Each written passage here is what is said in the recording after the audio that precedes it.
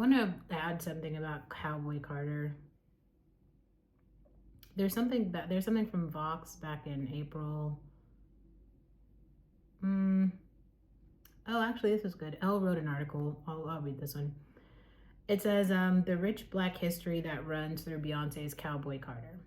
Um, New black country music folk fans aren't following trends. We're reclaiming the ones our ancestors set. This is from Elle magazine, written by BREA Baker, published on April 5th in 2024. So, my maternal grandmother, who we lovingly called Poppy, is a country boy from Ohio who loved horses, westerns, and good music, especially jazz, gospel, and country.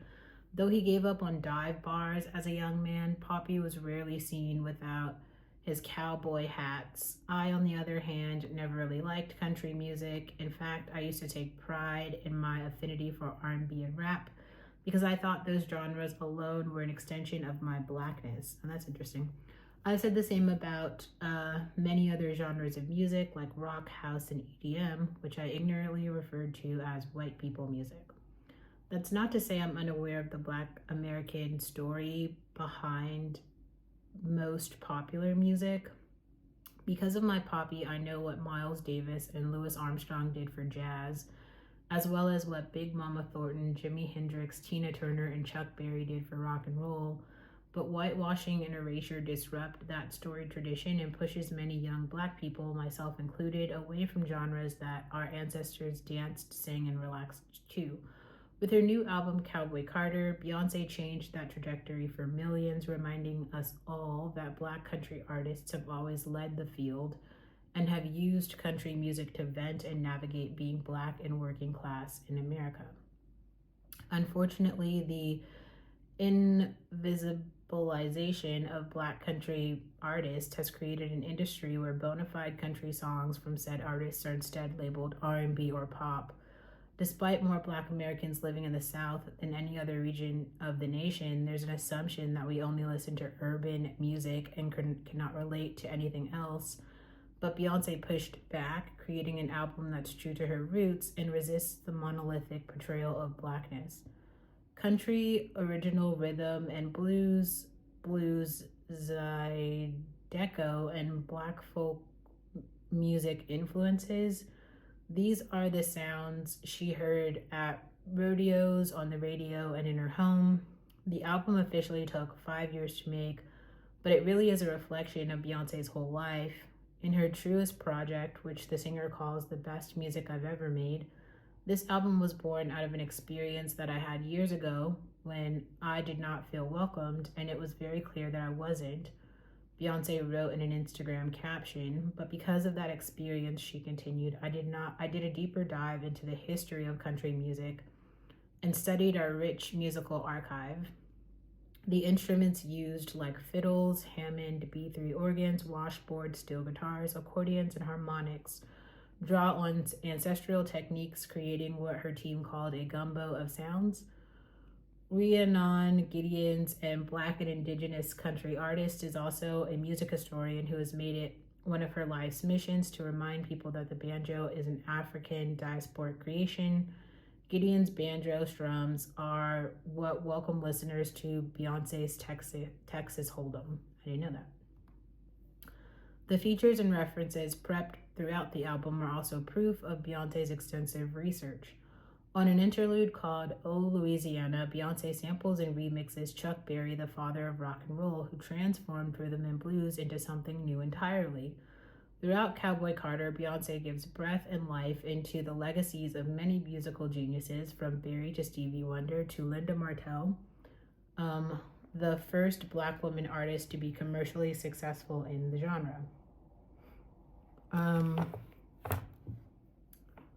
At the beginning of her career, South Carolina-born Martell sang pop and R&B, but ultimately signed with white-owned Plantation Records and formally switched to country.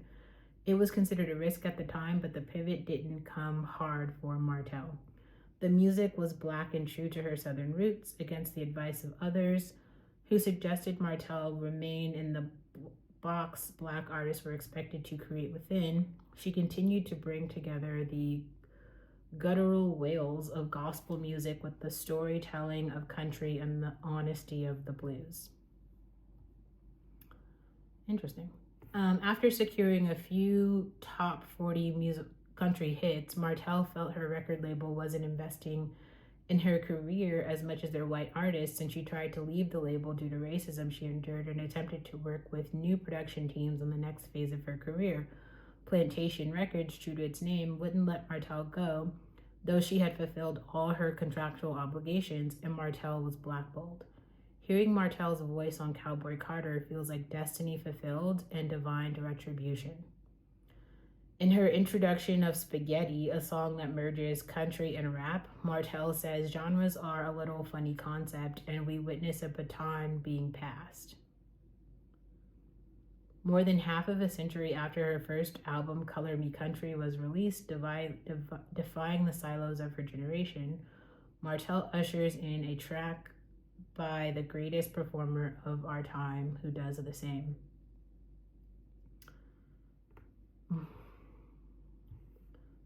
Beyoncé joins the rich tradition of Black women using country to be seen and heard. There are countless moments when Beyoncé gives voice to Black history while honoring the present. The second song on the album, Blackbird, is obviously a cover of the Beatles' Blackbird, but what many don't know is the song was originally penned by Paul McCartney following the Little Rock Nine integration of an Arkansas high school. You were only waiting for this moment to arise was about, the Black people's struggle in the southern states, McCartney explained years later. Wow. I was using the symbolism of a blackbird. In her rendition, Beyoncé's velvety voice is joined by 4 young Black rising stars within the country music industry: Tanner Adele, Brittany Spencer, Tiara Kennedy, and Raina Roberts. The opportunity to extend to these young Black women will likely catapult their already thriving careers and introduce them to global audiences. At the end of the song, the 4 women's voices come together and harmonize as they sing the line, "You were only waiting for this moment to arise." In that moment, the lyric resonates as the affirmation that it was always intended to be a love letter from Black women to Black women. That's wild. I didn't even know that. The strongest political statements of the album were made in the opener and closer, which bookended the project with powerful refrains like, "Now is the time to face the wind, and I am the one to cleanse me of my father's sins," alluding to America's founding fathers. Through these lines, Beyoncé seemingly calls for younger generations to take up the mantle and rebuild our society in our diverse image, repeatedly asking, "Can you hear me? And do you hear me?" Beyoncé joins the rich tradition of Black women using country to be seen and heard, a la Tracy Chapman talking about a revolution and Mickey Guten's Black Like Me. How much more of that? Okay, there's not that much more. In American Requiem, the album's first song, Beyoncé croons, "The big ideas are buried here." In the outro of that song, she continues to eulogize what America was supposed to be when she sings, "Goodbye to what has been, a pretty house we never settled in," referencing the unfulfilled promises of liberty and justice for all. By the end of the album with Amen, Beyoncé takes a stronger stance when she says, "This house was built with blood and bone and it crumbled. It is inevitable for injustice to proliferate on such a rotted foundation." That's a good point. This nation's wealth, the basis of the American dream, was possible through the back-breaking work of Black people and the theft of indigenous stewarded land. Yeah, that's true. Long before Frederick Douglass wrote, What to a slave is the 4th of July. I agree with that. Black Americans have called out the hypocrisy in America's proclaimed commitment to independence while denying that to communities of color. On Yaya, Beyoncé growls, "My family lived and died in America. Good old USA. Whole lot of red in that white and blue, huh? History can't be erased. We hold a mirror up to America's ugliness as an act of love and accountability. Beyonce continues singing. You looking for a new America? You tired? Are you tired? Working time and a half for half the pay. This is funny. I don't know. Every time this always brings me back. There's a Stevie Wonder song. It's called "Born Working for a Living" or something like that. There's also Michael Jackson's like "Working Day and Night." There's just these songs right throughout history that are just classifications of Black American working class situations, and it's ironic because I feel like a lot of people don't know those songs and aren't familiar with like the history of music, and so whatever. This reads as an invitation: help us build a new America that works for all. I have thoughts, but we'll just keep going. While we have called for new homelands elsewhere, many Black leaders have demanded our slice of the pie right here. Why should we be forced to relinquish our birthright? So many thoughts. Beyonce heavily leans into this idea not only through lyrics, but also in the Americana clothing she wears in the album's visuals. I was originally hoping for a less red, white, and blue aesthetic, but Beyonce follows the tradition that many Black Southerners charted when they insisted on their right to full citizenship. It isn't blind patriotism, it is reclaiming our right to live and thrive here in a country we built. Oh, there's a lot of themes here for another time.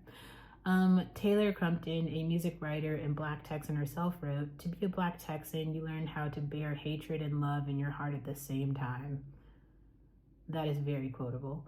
She continues, "It's nothing short of a miracle that the Black community can carefully balance a desire to honor the cultural traditions of preceding generations with the pain embedded within those traditions. More than reflecting on the times, Cowboy Carter provides a soundtrack for multiple generations of Black Americans." I agree with that. And I think it's sad that you have to have an album that encompasses Black history. Like we have books and courses and stuff. That's weird. Beyonce's reclamation of a musical genre that was born and shaped by working class Black Southerners comes at a time when Black people across the diaspora are demanding historic reckoning, followed by the restitution to the descendants of the stolen, exploited, and ignored. Elected officials from California to North Carolina are exploring local reparations projects to return stolen land to their rightful heirs. British Commonwealth nations like Jamaica and Barbados are calling for restitution. Elite universities like Harvard are dedicating hundreds of millions of dollars to addressing legacies of racism. More than reflecting on the times, Cowboy Carter provides the soundtrack for multiple generations of Black Americans. When I said I didn't like country music, what I really meant was I didn't like fighting to find songs and musicians who look like me and reflect my experience. Thanks to Beyonce, I now have a playlist full of Black country artists like Raina Roberts, Shabuzi, Brittany Spencer, Tierra Kennedy, Tanner Adele, and Willie Jones, who were all featured on the album, as well as Breland, Ashley Amber, Jimmy Allen, Kane Brown, who are powerhouses in their own right. As country singer Mickey Guyton once said, "We need to see a sea of people of color and Black people make it in this industry. That's how you truly find change." In the meantime, Beyonce is making it clear that country music isn't a pivot for her or the Black community at all. Anyway, I don't know. If you have thoughts about that, place them below. Please go read the articles for yourself. Shout out to the writers. Like, I didn't write this, I'm reading other people's words. But I thought it was useful to share because a bunch of people, there are just other conversations where I've shared that article and it's only available in the United States. So I had to use like a VPN even to read it. Anyway, but yeah,